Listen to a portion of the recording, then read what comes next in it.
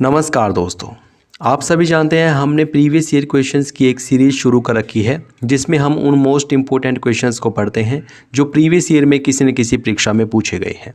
अगर आपका in future कोई भी एग्ज़ाम है तो आप इस सीरीज़ को फॉलो ज़रूर करें, क्योंकि यहाँ से आपके एग्ज़ाम में कई प्रश्न पूछे जाने की संभावना है। अगर आपने इस सीरीज़ की पहली वीडियो नहीं देखी है तो ज़रूर देखें, वहाँ पर हमने पॉलिटी के मोस्ट इंपॉर्टेंट क्वेश्चन डिस्कस किए थे। तो चलिए शुरू करते हैं इस वीडियो को। पहला प्रश्न है, हड़प्पा सभ्यता में खुदाई से टेराकोटा हल मॉडल कहाँ मिले थे? इसका सही जवाब है बनावली। बनावली से मिले हैं टेराकोटा हल मॉडल। बनावली कहाँ पर है? हरियाणा के हिसार जिले में स्थित है बनावली, और इसकी खोज 1774 में आर.एस. बिष्ट ने की थी। हड़प्पा सभ्यता की बात करें तो इसे सिंधु घाटी सभ्यता भी कहा जाता है और कांस्य युगीन सभ्यता भी कहा जाता है। इसकी खोज वर्ष 1921 में दयाराम साहनी ने की थी और यह एक नगरीय सभ्यता है। आइए बढ़ते हैं नेक्स्ट इंपॉर्टेंट क्वेश्चन की ओर। अगला प्रश्न है, 326 ईसा पूर्व में सिकंदर और राजा पोरस के बीच युद्ध किस नदी के किनारे लड़ा गया? इसका सही जवाब है झेलम नदी। याद रखें, झेलम नदी के किनारे ही सिकंदर और राजा पोरस के बीच में युद्ध लड़ा गया था। झेलम नदी को हाइडेस्पीस नदी भी कहा जाता है। सिकंदर से संबंधित कुछ महत्वपूर्ण तथ्य बता देता हूं मैं, जो एग्जाम में पूछे जाते हैं। सिकंदर का जन्म 356 बीसी में हुआ था मकदूनिया में, और इनके सेनापति थे सेल्यूकस निकेटर। इनके पिता का नाम था फिलिप द्वितीय और इनके गुरु का नाम है अरस्तु, और इनकी मृत्यु हो गई थी बेबीलोन में। इतनी बातें हमें सिकंदर से याद रखनी है, कई बार एग्जाम में पूछ लिया जाता है। अगला प्रश्न है, मौर्य वंश के सबसे प्रसिद्ध शासक कौन थे? इसका सही जवाब है अशोक। अशोक थे मौर्य वंश के सबसे प्रसिद्ध शासक। मौर्य वंश की स्थापना किसने की थी? मौर्य वंश के संस्थापक हैं चंद्रगुप्त मौर्य। अब आइए अशोक से संबंधित कुछ महत्वपूर्ण तथ्य भी देख लेते हैं। अशोक बौद्ध धर्म का अनुयायी था। इनके पिता का नाम बिंदुसार और माता का नाम शुभद्रांगी था। 261 ईस्वी में इन्होंने कलिंग पर आक्रमण किया था, और आजीविकों को बराबर की गुफाएं भी इन्हीं दी थी, अशोक ने ही दी थी। अशोक के शिलालेखों की खोज 1750 में सबसे पहले की थी फेंथलर ने, और इसके शिलालेखों को सबसे पहले पढ़ा था 1837 में जेम्स प्रीसेप ने। ये तथ्य एग्जाम में पूछे जाते हैं, आप इनको भी याद रखें। अगला प्रश्न है, किसने विक्रमशिला विश्वविद्यालय को स्थापित और नालंदा विश्वविद्यालय को पुनर्जीवित किया? इसका सही जवाब होगा धर्मपाल। धर्मपाल ने विक्रमशिला विश्वविद्यालय की स्थापना की थी और नालंदा विश्वविद्यालय की मरम्मत करवाकर उसे पुनर्जीवित किया। वैसे नालंदा विश्वविद्यालय की स्थापना किसने की थी? कुमारगुप्त ने। और विक्रमशिला विश्वविद्यालय की स्थापना किसने की? धर्मपाल ने। बढ़ते हैं नेक्स्ट इंपॉर्टेंट क्वेश्चन की ओर। अगला प्रश्न है, महमूद गजनवी ने भारत पर कितनी बार आक्रमण किया?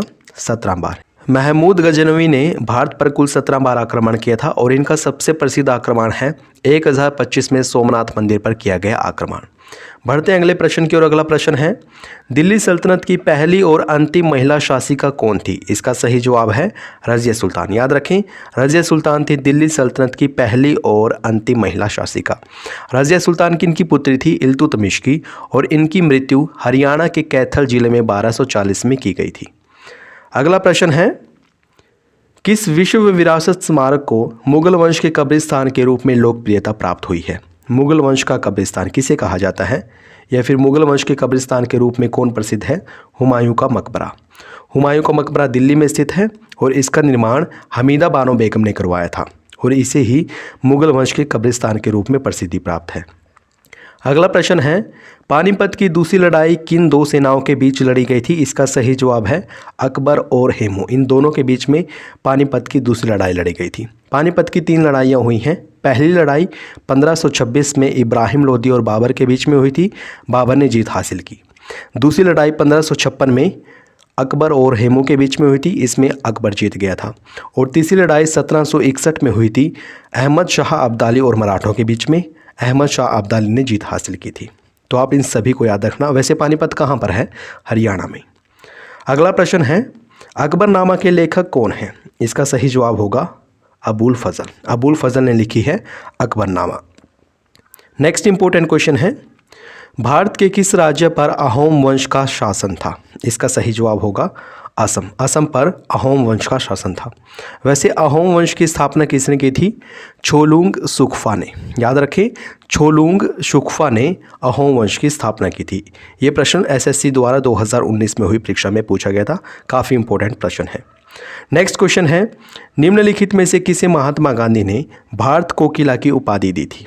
इसका सही जवाब है सरोजिनी नायडू। सरोजिनी नायडू को महात्मा गांधी ने भारत कोकिला की उपाधि दी थी। सरोजिनी नायडू किसी भारतीय राज्य की पहली महिला राज्यपाल है और ये किस राज्य की राज्यपाल बनी थी? उत्तर प्रदेश की।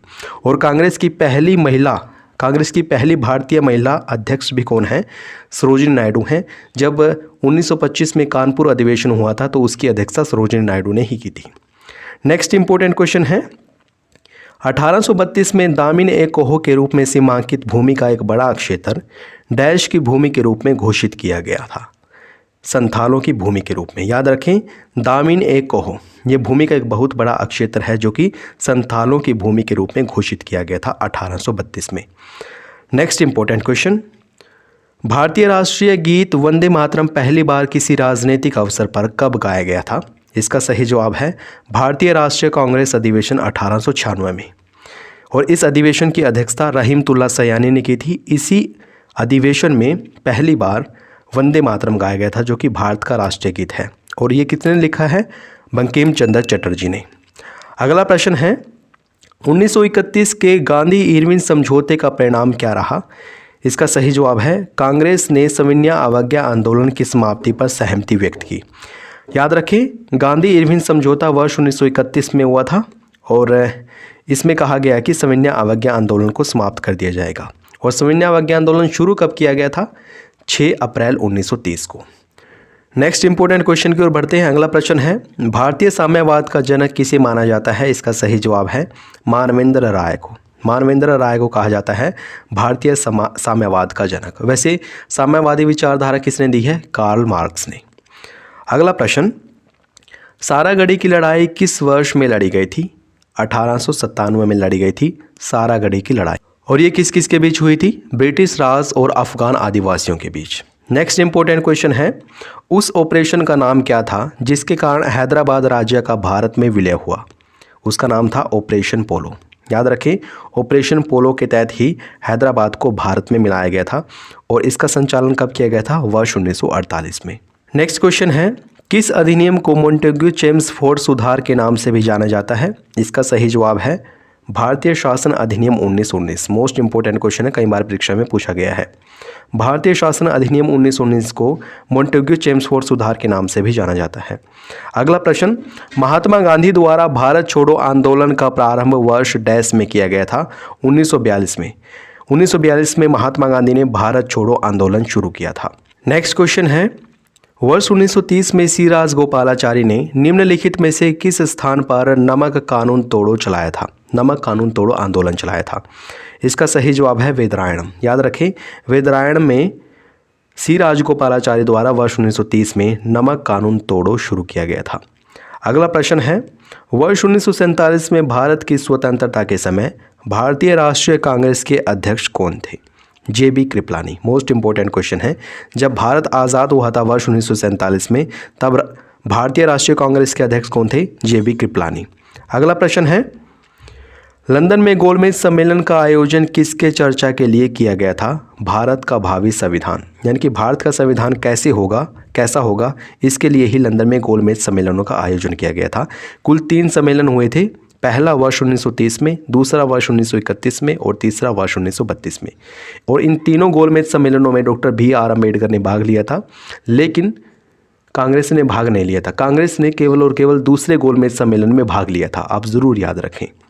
अगला प्रश्न है, भारतीय राष्ट्रीय कांग्रेस की प्रथम महिला अध्यक्ष कौन थी? Annie Besant.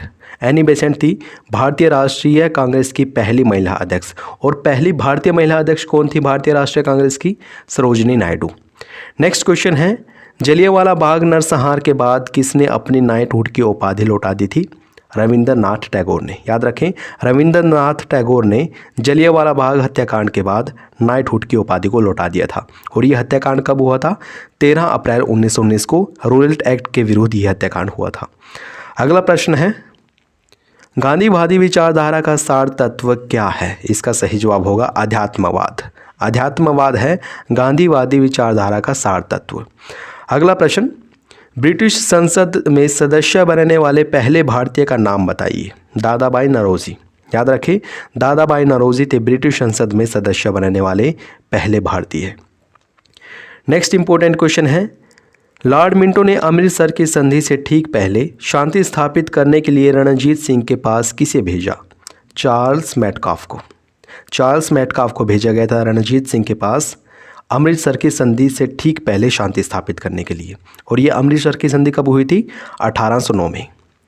अगला प्रश्न है, अंग्रेजों द्वारा पहली फैक्ट्री की स्थापना सन 1651 में डैश नदी के किनारे की गई थी। इसका सही जवाब है हुगली नदी के किनारे। हुगली नदी के किनारे अंग्रेजों ने अपनी पहली फैक्ट्री स्थापित की थी सन 1651 में। ठीक है ना। अगला इंपॉर्टेंट क्वेश्चन है, दिल्ली की मोती मस्जिद किस मुगल शासक ने बनाई थी? इसका सही जवाब होगा औरंगजेब। औरंगजेब के द्वारा दिल्ली में मोती मस्जिद का निर्माण करवाया गया था। अगला प्रश्न, प्राचीन शहर हम्पी डैश साम्राज्य की राजधानी थी? विजयनगर साम्राज्य। बहुत ही प्रसिद्ध साम्राज्य रहा था ये, और ये कहाँ पर था? कर्नाटक में था। इसकी राजधानी थी हम्पी। अब आइए देख लेते हैं आज का अभ्यास प्रश्न। प्रश्न है, कोणार्क का सूर्य मंदिर किसने बनवाया था? काफ़ी ज़्यादा इंपॉर्टेंट प्रश्न है, एसएससी ने 2017 में हुई परीक्षा में पूछा था। इसके ऑप्शंस है, अनंत वर्मन चोड़गंग ने, नरसिंह देव प्रथम ने, पुरुषोत्तम देव ने, या फिर कपिलेंद्र देव राउतरे ने। आप इसका सही जवाब कमेंट बॉक्स में ज़रूर बताएं। और ये वीडियो कैसी लगी है प्लीज़ ये भी बताएं। आप इस वीडियो को अपने दोस्तों के साथ भी शेयर कर सकते हैं, लाइक तो ज़रूर करें। अगर आपने चैनल को सब्सक्राइब नहीं किया है प्लीज़ अभी सब्सक्राइब करें। ये वीडियो देखने के लिए आपका बहुत बहुत धन्यवाद।